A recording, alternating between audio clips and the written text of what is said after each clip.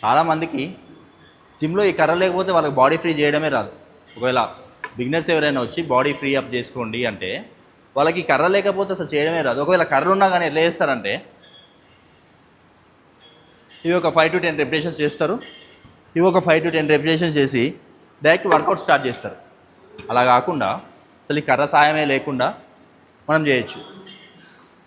ఓకేనా? First body free అనేది ఎప్పుడైనా సరే టాప్ టు బాటమ్ రండి. హెడ్ టిల్స్ నుంచి స్టార్ట్ చేయండి. మెడల్ ఇరుచుకుంటూ ఇలా 10 రిపిటేషన్స్ చేయండి. ఆ తర్వాత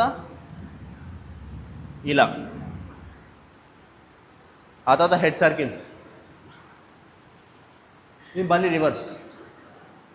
ఆ తర్వాత చెయ్యి రొటేషన్ చేయండి, హ్యాండ్ రొటేషన్ కంప్లీట్గా అండ్ రివర్స్. ఇలా బోత్ హ్యాండ్స్ అయిపోయిన తర్వాత హిప్ రొటేషన్, ఆ తర్వాత మళ్ళీ రివర్స్ రొటేషన్, ఆ తర్వాత లెగ్స్ ఫ్రీ చేసుకోండి. Sides and front portion, sides and front, ఆ తర్వాత టో రొటేషన్ అండ్ రివర్స్. ఇలా కంప్లీట్గా టాప్ నుంచి బాటమ్ చేసిన తర్వాత మీకు ఒకవేళ ఏదైతే వేరియేషన్ చేయబోతున్నారో ఆ వార్మప్ చేసుకోండి.